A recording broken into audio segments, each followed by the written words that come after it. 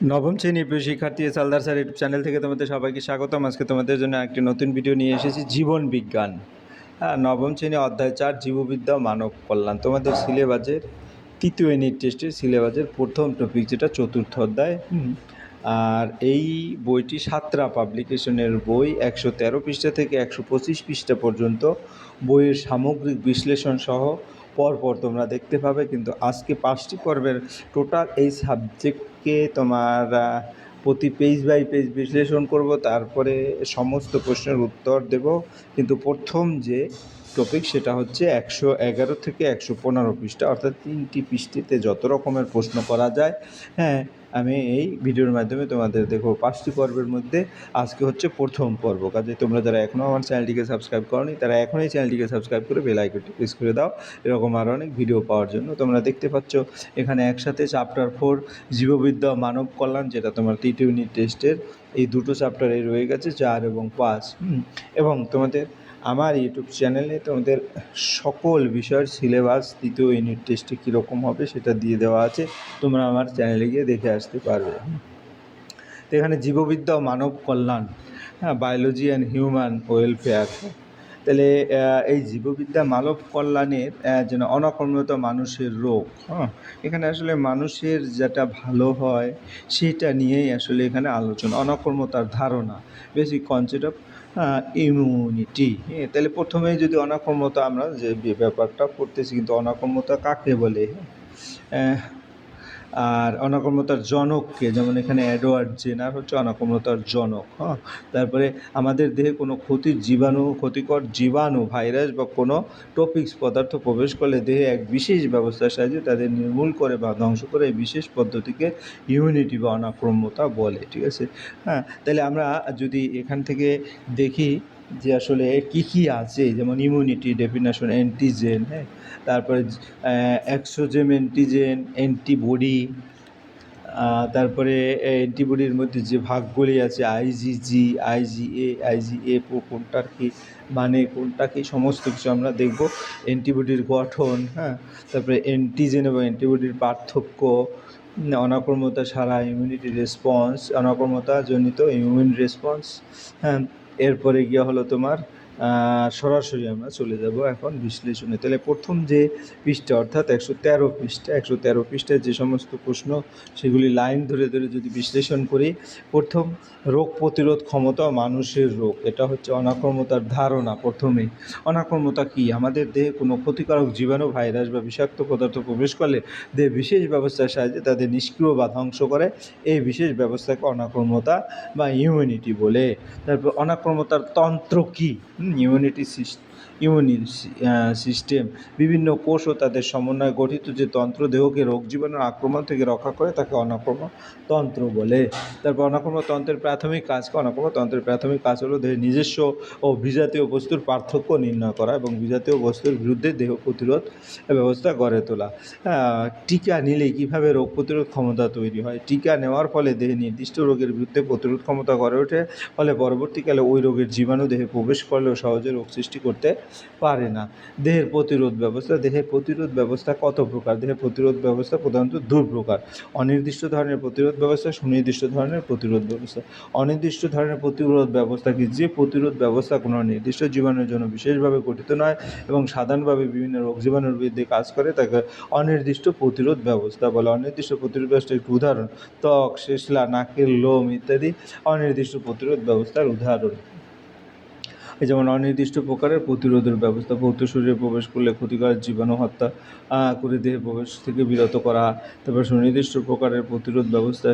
এরপরে ডেফিনেশন, যেটা হচ্ছে ইমিউনিটি বলতে বোঝায় রোগ প্রতিরোধ সৃষ্টিকারী জীবাণু, ভাইরাস ইত্যাদি বিজাতীয় পদার্থের বিরুদ্ধে প্রতিরোধ ব্যবস্থা গড়ে তোলা। অ্যান্টিজেন, যে বিজাতীয় জীবাণু দেহে প্রবেশ করলে অ্যান্টিবডি সৃষ্টি হয় তাদের অ্যান্টিজেন বলে, যেমন প্রোটিন, বৃহদাকার পলিস্যাকারাইড, বৃহদাকার লাইপোপ্রোটিন, নিউক্লিওপ্রোটিন ইত্যাদি।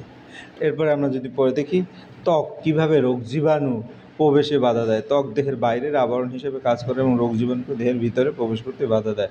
নাকের লোমের কাজ কি? নাকের লোম শ্বাসের অঙ্গের সঙ্গে প্রবেশ করতে চাওয়া ধূলিকণা কিছু রোগ জীবাণুকে আটকে দেয়।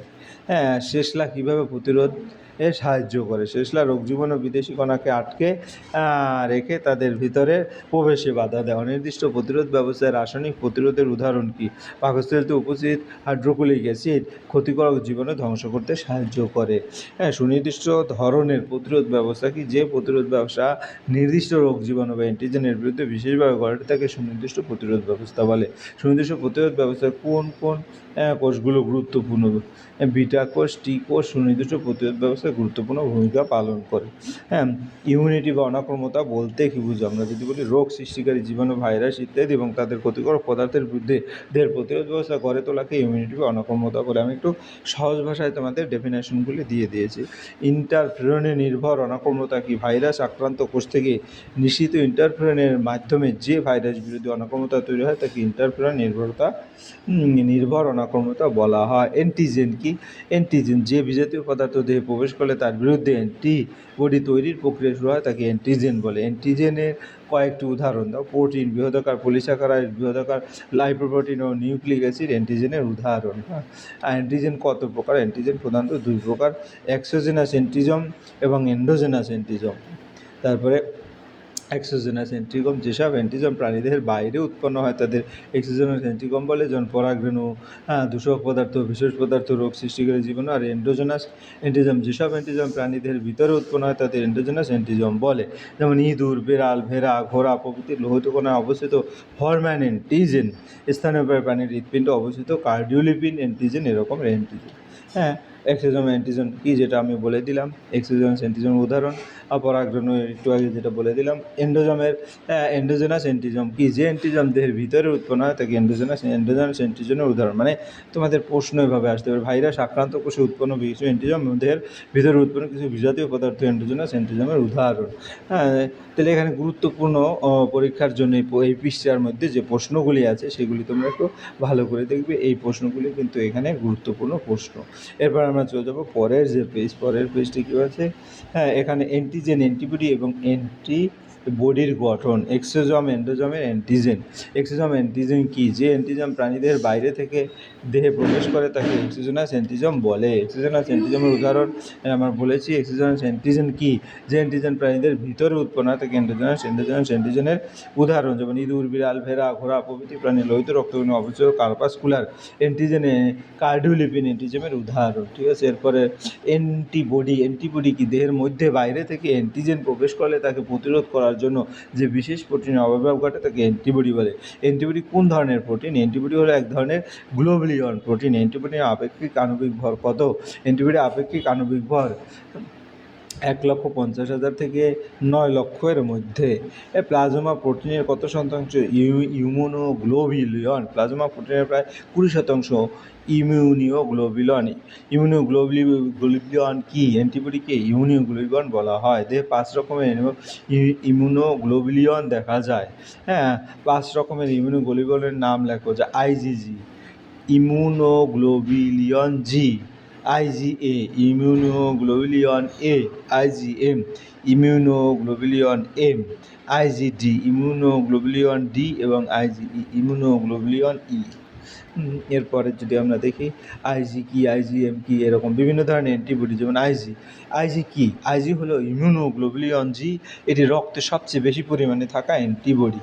হ্যাঁ, তারপর আইজিজি কোথায় পাওয়া যায়? আইজিজি প্রধানত রক্তে থাকে, এছাড়া লসিকা অশ্রুতেও পাওয়া যায়। আইজিজি এর কাজ কি? আইজিজি ব্যাকটেরিয়া ও ভাইরাস ধ্বংস করতে সাহায্য করে। এরপরে আমার আইজিএ কি? আইজি হলো ইমিউনোগ্লোবিউলিন এ, এটি প্রধানত মনোমার বা ডাইমার হিসেবে থাকে। আইজিএ কোথায় পাওয়া যায়? আইজিএ দেহের বিভিন্ন নিঃসরণ যেমন দুধ, অশ্রু, লালায় পাওয়া যায়। হ্যাঁ, আইজিএম কি?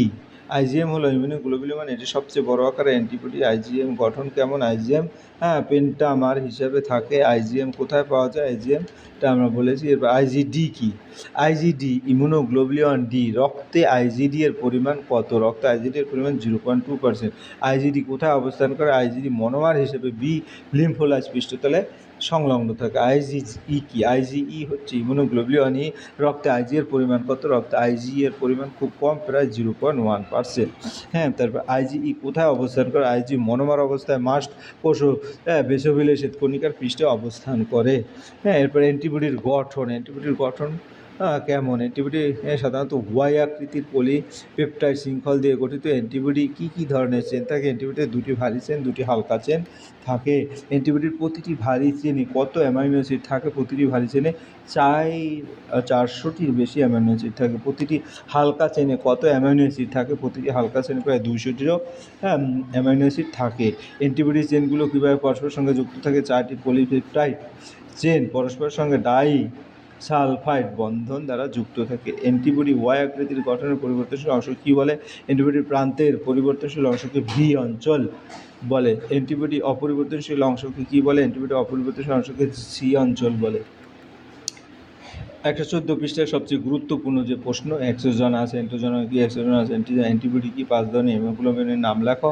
অ্যান্টিবডির গঠন কেমন? তাই এইচ চেন, এল চেন, এস এস বন্ধন কি? ভি অঞ্চল, সি অঞ্চল। এরপরে আমরা এই যেমন ওয়াই আকৃতির, যেটা ইতিমধ্যে আমরা বলে ফেলছি, difference between antigen and antibody. এরপরে অ্যান্টিবডির গঠন, অ্যান্টিবডির পার্থক্য,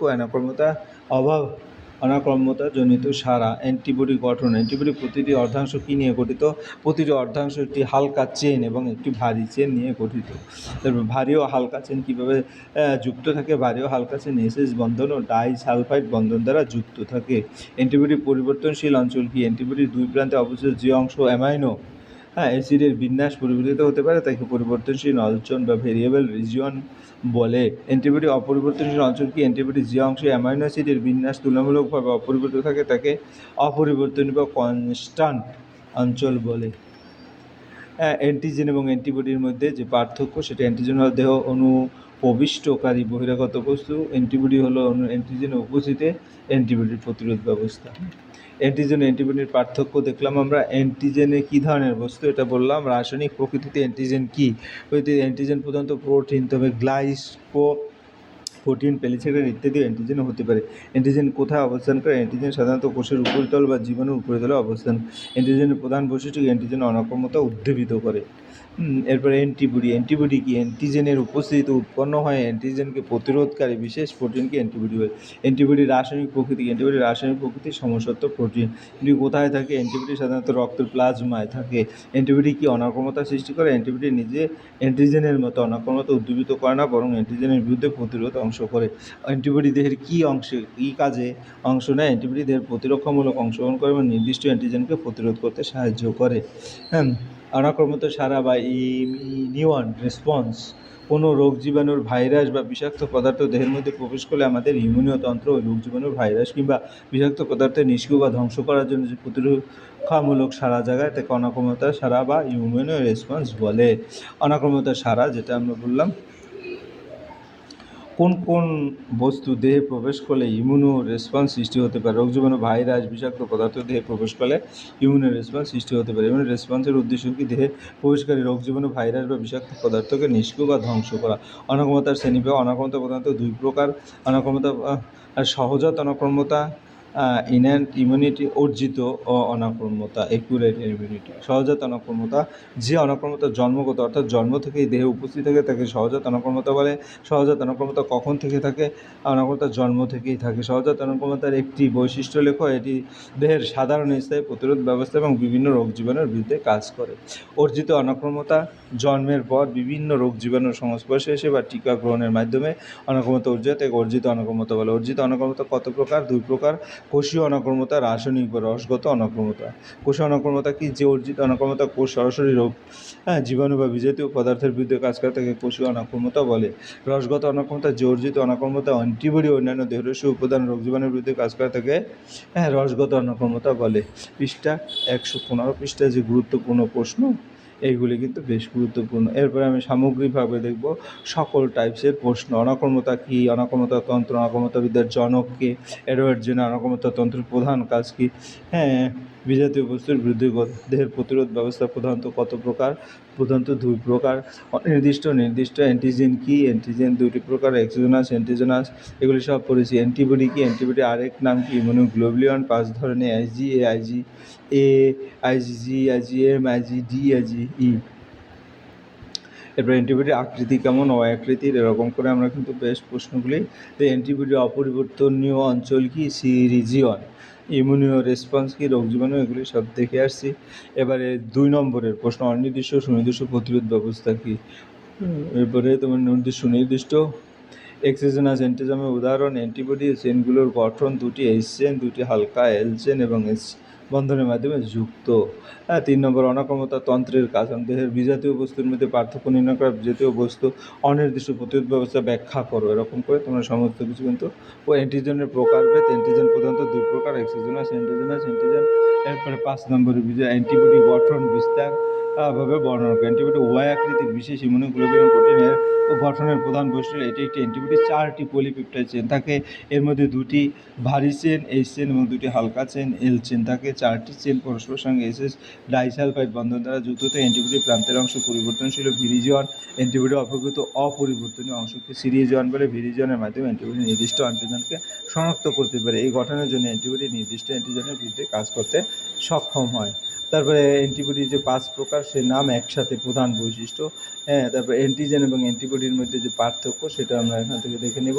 সহজাত অনাক্রম্যতা, অর্জিত অনাক্রম্যতার মধ্যে যে পার্থক্য, শূন্যস্থান পূরণ। ড্যাশকে অনাক্রম্যতা ও জনক বলা হয় এডওয়ার্ড জেনারকে। অ্যান্টিবডি অপর নাম ইমিউনোগ্লোবিউলিন। অ্যান্টিবডি সাধারণত ওয়াই আকৃতি, অ্যান্টিবডিতে 2টি ভারী চেন ও 2টি ড্যাশ চেন হালকা চেন থাকে। এরকম করে তোমরা কিন্তু এমসি শূন্যস্থানগুলি দেখবে। এবার এমসি কণাগত বিদ্যার জনক অ্যান্টিবডির আকৃতি সাধারণত এরকম করে তোমরা এমসিকিউ প্রশ্নগুলো দেখে নেবে। 1 থেকে 3 পৃষ্ঠার মধ্যে যে প্রশ্ন, সত্য মিথ্যা 3টি এই শ্রেণীটা মিথ্যা। আসলে ইনফরমেশনগুলি জানা থাকলে কিন্তু পারা যাবে এবং সামগ্রিকভাবে এই প্রশ্নগুলি কিন্তু অনেক ইম্পর্ট্যান্ট। এই ছিল এই ভিডিওর আদ্যপান্ত। আশা করি ভিডিওটি মনোযোগ সহকারে দেখলে ফুল প্রশ্নই কিন্তু ক্লিয়ার বুঝতে পারবে এবং এইগুলি বেশি বেশি করে পড়লেই তোমরা কিন্তু পরীক্ষায় কমন পেয়ে যাবে। পরিশেষে বলবো, ভিডিওটি দেখার জন্য অসংখ্য ধন্যবাদ। ভিডিও ভালো লাগলে লাইক কমেন্ট শেয়ার করতে ভুলবে না। वीडियोस আজ এই बनाने हैं, পর্যন্ত। ধন্যবাদ फिल्मोरा সবাইকে। है ना।